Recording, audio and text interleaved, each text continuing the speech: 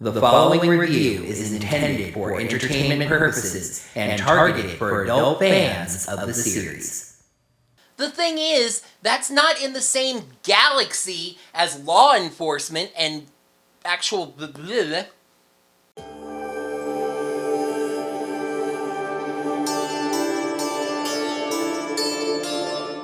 Hello there, heroes! I'm the Orange Ranger, and welcome to another Power Rangers Cosmic Fury episode review. I wanted to start things off by saying a very heartfelt thank you for welcoming me back. Now, of course, I didn't exactly go anywhere. I was just gaming over on Orange Ranger Plays. But it was still nice to know that my Ranger family was patiently waiting for me to return to this side of my YouTube coin. One other note before we get started. When I said at the start of the last video that this was going to be the shortest season of Power Rangers at just 10 episodes, many of you pointed out that Mighty Morphin Alien Rangers was also only 10 episodes. That's true. However, I don't consider MMAR to be its own season. I consider it to be a mini-series placed within MMPR Season 3. It is true that there was a several-month break between Rangers in Reverse and Alien Rangers of Aquitar Part 1, but the stories are too closely tied together for me to consider them separate. You could, of course, say exactly the same thing about Cosmic Fury being very closely tied to Dino Fury Season 2, but the name of the show changed. The name of the show changed there, too. Well, we're getting brand new suits. We got brand new Rangers in that one. New Zords. Check. Huh. They're surprisingly similar. You can talk about things how, like, Mighty Morphin Alien Rangers started at an atypical time for a season to start, Cosmic Fury starting more normally, but in the end, I really apply the I don't know art, but I know what I like test to this. Mighty Morphin Alien Rangers is a mini-series. Cosmic Fury is a season. I can't really explain the difference. Okay, I guess that makes sense. But it is Cosmic Fury that we are here to talk about.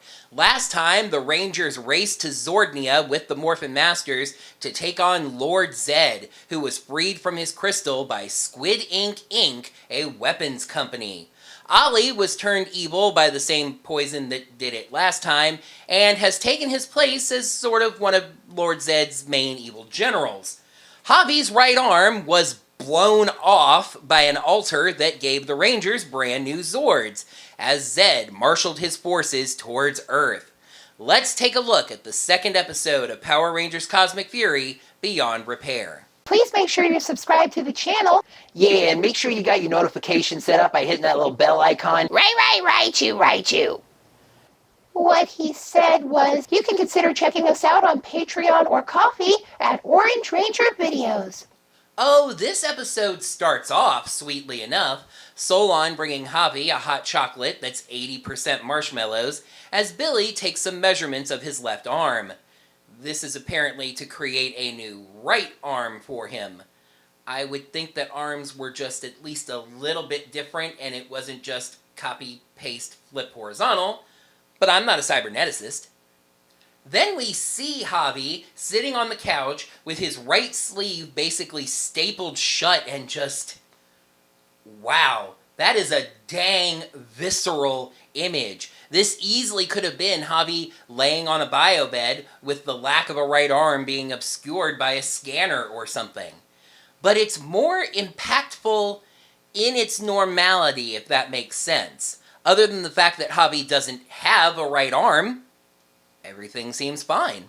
Solon asks if he would like any upgrades, and while Javi says no, and I understand why, heck yeah, I'd take the chance for some bells and whistles. It's not like I chose to get rid of my right arm. He just wants his normal life back, mentioning how he was recording a demo that now seems to be a thing of the past. Solon leaves to help Amelia and Lonnie with Ollie, while Billy sits down to counsel Javi about being musical. Really, he just says that talent never goes away, so he should never count himself out. Amelia, Lonnie, and Solon apply the antidote to Ollie, but Lonnie warns that Ollie took a much larger dose of the poison than last time. I'm sorry, but I very highly doubt this. Last time, Ollie was the lone target. This time, Dewdrip, seriously, Dewdrip, was firing at everyone, and if I recall right, Ollie was kind of towards the back. Anyway, the point is, this is going to take some time, and all they can do now is wait for Ollie to wake up. Amelia is standing there at his bedside, holding his hand, and it's just super cute. Ion is talking to a morphed Mick, who is out looking for Zato based on the memory that Ion shared. Mick is driving the Blue Wolf Zord because it's not used in this episode. At least, that's what I thought at first. It was my best guess. I suppose you could say that Mick could not take the properly color-matched Red Lion because of the fact that the Rangers would need that to put together a Megazord. It was just weird seeing a Red Ranger in a blue cockpit. So I wasn't really going to mention this at first, but Mick reassured Ion by saying that after he found Zato, they'd all go to Ion's cafe and try his brand new mini Flargon cakes. I bring it up now because that's where we head next, where a morphed Izzy is talking to her father about the possible danger of a new invasion. Also there are Jane and Jayborg. And I totally said this while filming. No! No! No! Okay, I have to admit they weren't too bad at first. Jayborg is a mess of Flargon cake because, of course she is. The two suggest trying to trick Lord Zedd by putting out a news story that the entire population of Earth has gone on vacation to Venus. It's stupid, but the episode knows it's stupid and plays it that way. They were, in their own misguided way, trying to help. Just before that in the scene was the thing that was really weird and awkward about it, but this is something that's been true about Dino Fury since its very first episode. As you might be aware, due to a series of unfortunate current events, and that's all I'm going to talk about that on this channel, it was decided at the very last minute to change the character of Mr. Garcia so he wasn't a cop anymore. The script was mostly written with things involved with him being in law enforcement. So they decided to make him a park warden, basically a forest ranger. The thing is, that's not in the same galaxy as law enforcement and proper military defense, and the episode has to bend over backwards to justify him being involved here. Izzy points out that he is the city's Civil Defense Coordinator, which sounds like a position that only a city in the Power Rangers universe would have. It just bends the old suspension of disbelief a little. I know, I'm reviewing a show where teenagers transform into spandex-clad superheroes and fight against giant monsters in giant robots, and it's the fact that a park warden is included in civil defense that I can't accept. Then the script twists again to justify his inclusion, as he justifies not releasing this information to the public yet, since they don't know for a fact that Zedd is coming to Earth, despite the fact that the audience does know that, by saying that his kids are busy preparing for their futures. Jane points out that Javi has missed a week of work at Buzz Blast recording that demo at a very exclusive indie studio, nice excuse for the arm, and that Izzy is busy packing up to join her girlfriend Fern at that non-existent American sports university.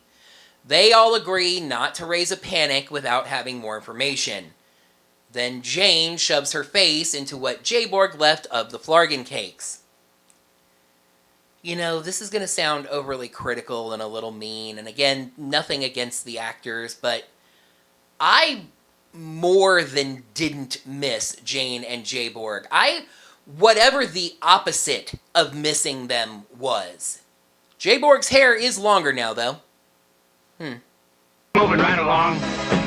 Villain time! Zedd is giving a speech to his troops, Squillia interrupts and is annoying.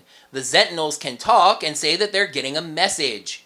It's from Dewdrip!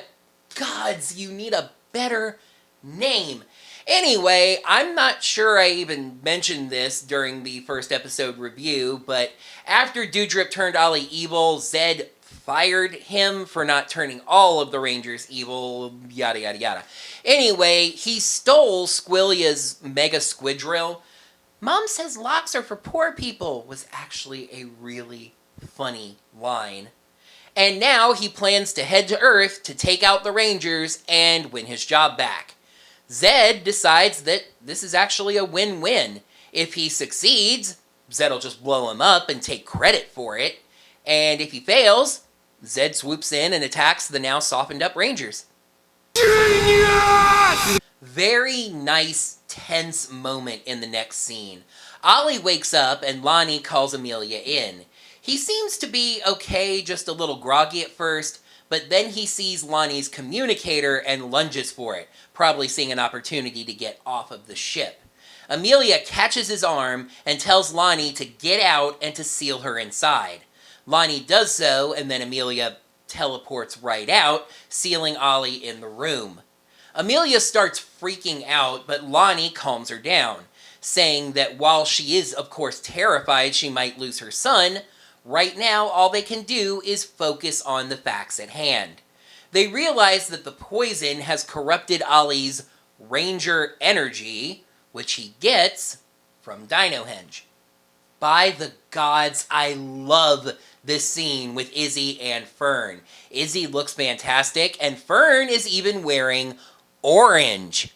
But I mean, I'm sure nothing's gonna come of that. I just always happen to notice orange. Fern asks what happened with the Rangers leaving Earth because she didn't hear anything on the news. Izzy starts to explain, but then remembers her dad saying that they shouldn't cause a panic, and she falls into one of her bad habits, keeping things from her girlfriend. She says it wasn't a big deal, and they took care of it. Of course, right that second, she then gets a call from Solon that a ship is approaching Earth, and she needs to go. Perfect timing. At the base, the Rangers see the Mega Squidrill approaching Earth and decide they can take the Zords up into orbit to fight it so that nobody on Earth gets hurt and people don't panic. Javi speaks up, and honestly it was a little unclear what he was trying to say at first, but basically I think he was asking if they were sure about using the Zords and if they weren't going to need him on the ground.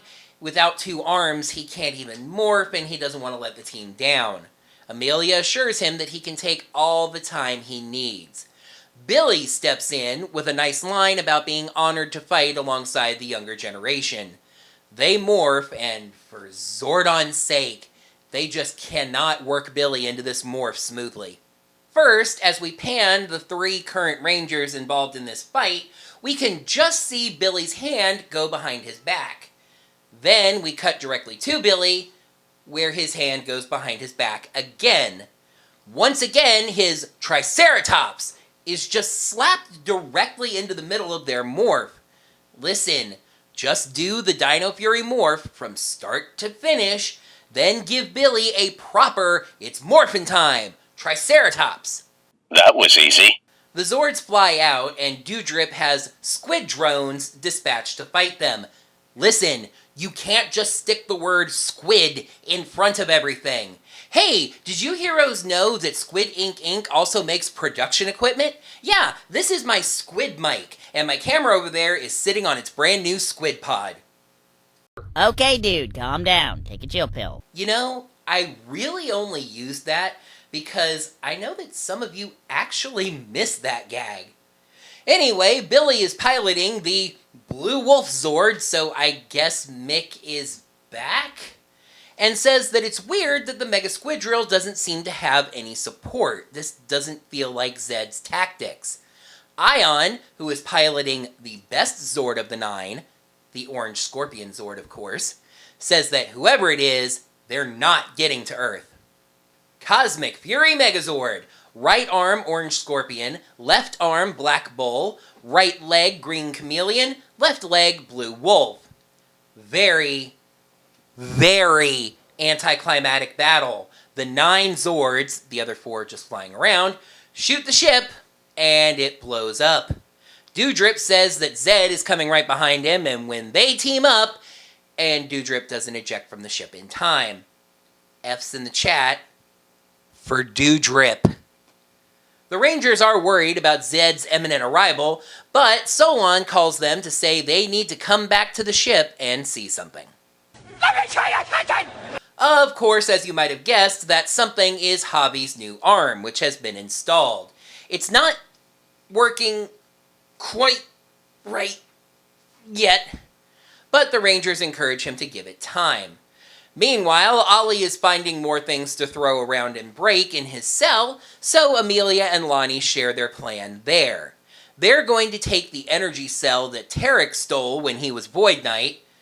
Billy has a very quick, just kind of a subtle look, but a very quick, understandable concern that a lot of people orbiting around Amelia have been or turn evil for some reason. Charge the cell up with Tricera energy from the statue in Dinohenge, and then blast the bejesus out of Ollie with it. Pure Morphing Grid energy. I mean, what could possibly go wrong? Amelia continues to show this trend of leadership. She explains that if this energy purge, as Billy calls it, doesn't work, then Ollie's core Ranger energy has been permanently corrupted. But Lord Zedd is coming, so they have to work fast and be prepared for an attack at the same time.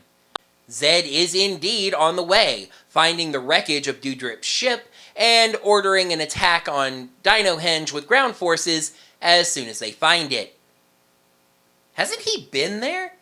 Izzy had promised to meet Fern at 3 o'clock so they could drive to NXSU, non-existent sports university, together, but obviously she didn't show up, so Fern goes to her house. Turns out she's on first-name terms with Izzy's mom, Rena, but she says they're waiting on Izzy too.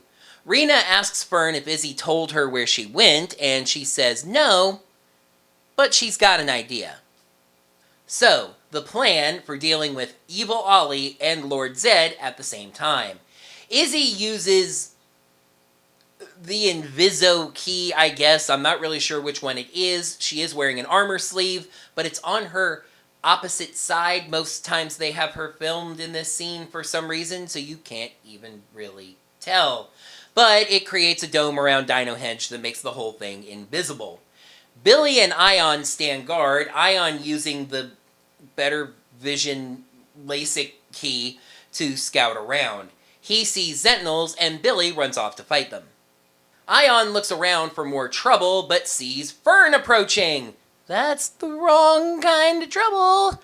He runs to help her, but is stopped by Sentinels. He calls Billy, but Billy still has his hands full. Izzy, of course, is about to drop everything to help her girlfriend, but Lonnie points out she can't do that. Her role in this, already maintaining the invisibility shield, is far too important. She's just going to have to trust someone else to help Fern. That was going to be Amelia, who tells Javi she'll grab Fern and come right back, but Javi says no. Amelia needs to be here to get started on fixing Ollie. He's the one that's going to go. It's tough, but he manages to instamorph and teleport out. He gets to Fern and starts fighting, but his arm still isn't really cooperating. Meanwhile, Lonnie says the Tricera energy is ready, and Amelia lets Ollie out of his cell. He pretends to be completely cured. It just took longer because of the dose of the poison. But besides being his girlfriend, Amelia can literally read his mind. No dice. Back outside, Javi is still struggling, but does find a nice feature to this arm. It can hit the Sentinels so hard that they shatter, which we had not seen to this point. He clears them all out, and Fern asks about his arm. Javi is surprised that Izzy didn't tell her already. Uh-oh. They teleport inside, and Javi points Fern to the nearest bathroom as Ollie and Amelia battle in the main room. Javi holds Ollie in place and they teleport outside into position, and Ollie gets zapped, but good. And they better hope it worked, because the blast from that knocks out the invisibility shield. And Lord Zedd teleports to Dinohenge. Uh-oh, we're in trouble. I'm gonna say it every time. To me, it's just a little bit funnier to use that cutaway gag when it's about Lord Zedd. Billy and Ion attack, but very quickly get blasted back. And then Lord Zedd suddenly remembers something really unfortunate about Dinohenge. The Ranger's powers come from the statues. He blasts the statues to bits one by one, and this time there's no green to bippity-boppity Deus Ex Machina bench them back together. Ollie stops him before he destroys the Tricera statue, saying that he can use his powers to serve Lord Zedd. Zedd thinks that this is a trick, probably assuming that the Rangers had cured Ollie by now, but he proves he's serious by throwing his saber at Amelia, her just barely dodging it and getting a line of Sharpie across her cheek. Oh, I mean, the saber must have nicked her cheek as it flew by. The Rangers accept the truth about Ollie and teleport back into the ship. Zedd, thinking logically, calls down one of them drilly ships to take care of that particular little problem. Earlier in the episode, there was another thing that I didn't mention until it now became relevant. There was a sight gag that involved Izzy almost tripping and falling on this big red button that we should never press. Except, of course, now, just like in Men in Black, it's time to press the button. The ship is teleported away, the entire thing, Zedd only finding empty ground where it was.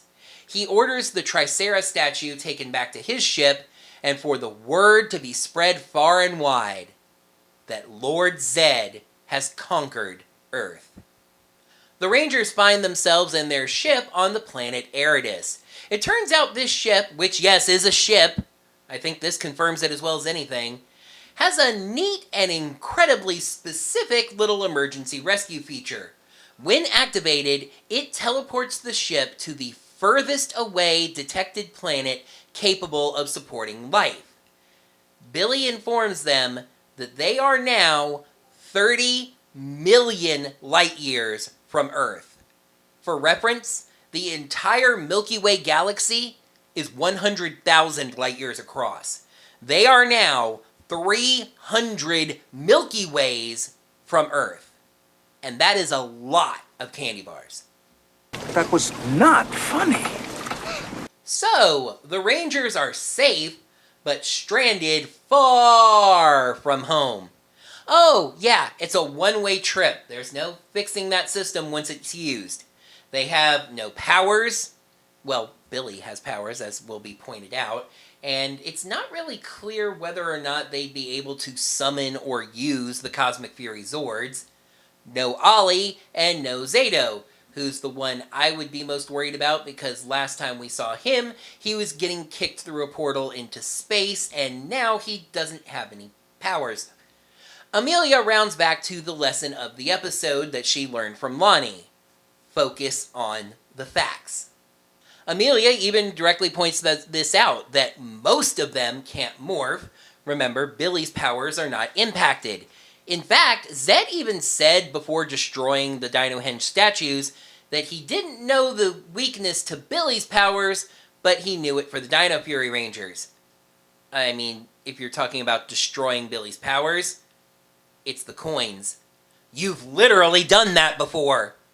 Anyway, Amelia is just owning the leadership spot, very calmly telling the team what the situation is, but saying that she is not giving up. Ion says that if Zedd thinks this is over, he's dead wrong, and Izzy says, no way home, no powers, no big. Oh yeah? This is no big? That was said by Fern, who everyone, myself included, forgot was on the ship. Whoops. Quick, Fern, let's gaze at the stars. Episode 2. Beyond Repair. Pros, shows bravery towards the missing arm issue, Amelia's march towards leadership, and the menace of Zedd. Cons doesn't go far enough with Javi's arm, not quite enough happens, and a Zord fight as an afterthought. This was still good, but unfortunately a significant step back. Beyond Repair gets 3 stars out of 5. I know this sounds like backhanded praise and you already know the first con, so you know what's coming, but I do think it was brave to give some focus to Javi dealing with losing an arm and adapting with a prosthetic. A lot of that is real-life issues, even in technology with moving prosthetics. Javi had some palpable sadness over the supposed loss of his music career and not being able to help his fellow Rangers. Okay, so how about something that isn't backhanded praise? Amelia's characterization thus far has been amazing. She has taken the mantle of leadership from the missing Zato and run away with it. She's not perfect. She nearly lost it a couple times, mainly concerning Ollie. But by the end of the episode, she is, and knows she is, the rock that her team is leaning on. I may not still be sold on his new voice, but Lord Zedd did not come to mess around. Shows up on Earth, strips the Rangers of their powers, makes them run away, and conquers the Earth. Unless, those other Ranger teams were prepared for invasion, like Billy and Mick told them to be. Lord Zedd has been at exactly the right power level this entire season. At this point, the Rangers should barely even feel like they have a chance. And now the yang to the yin of the praise for Javi's arm. It was brave, but they didn't take it nearly far enough. Javi should be deeply depressed, shutting down mentally, practically inconsolable. Losing his music would be hard, but pretty far down on the list of things bumming him out right now. I feel like dealing with the loss of his arm should have been the entire human subplot focus of the episode, instead of just being tossed in with a couple of others. When I saw that the episode was called Beyond Repair, I kind of thought that was the point. One thing about this episode that made that even worse is that it was night and day from the first episode in terms of pacing. That scene with Izzy and Warden Garcia at Ion's Cafe is a good minute to 2 minutes too long. There's a decently long scene with Fern and Rena too, and even if I did like learning that they communicate with each other and have gotten closer, it doesn't really accomplish very much. I just find that frustrating when we had this subplot of Javi dealing with his arm that could have had so much more. Or we could have gotten some more in the bad guy battle.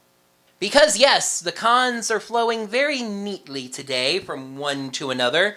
The whole fighting the monster and the Zords thing feels incredibly thrown in. Doudrip just shows back up, steals a ship, and the Rangers blow it up. The rest of the episode is personal drama. That's not always a bad thing, especially where this show is concerned, but in the Fury saga, if you will, there's just a few too many of these kinds of episodes where the Power Rangers stuff that's in the title over there feels like an afterthought. After the bombastic debut that was Lightning Strikes, perhaps a drop-off should have been expected. But if they had taken the quiet time to really deal with Javi's loss, to have him not be so okay, it might have been worth it. I know he's not really okay, but he doesn't seem to be that far off. He's sad that he can't play the guitar anymore, and that he can't help the Rangers in battle. It was a real chance to speak to disability issues, but they just played it far too safe and didn't make it enough of a focus in the episode. But this episode does set up some excitement going forward, like in the third episode, which we'll now take a peek at, Off-Grid. Stranded on a distant planet with no powers, the Rangers scramble to figure out a way home, while Earth suffers an invasion from enemy forces.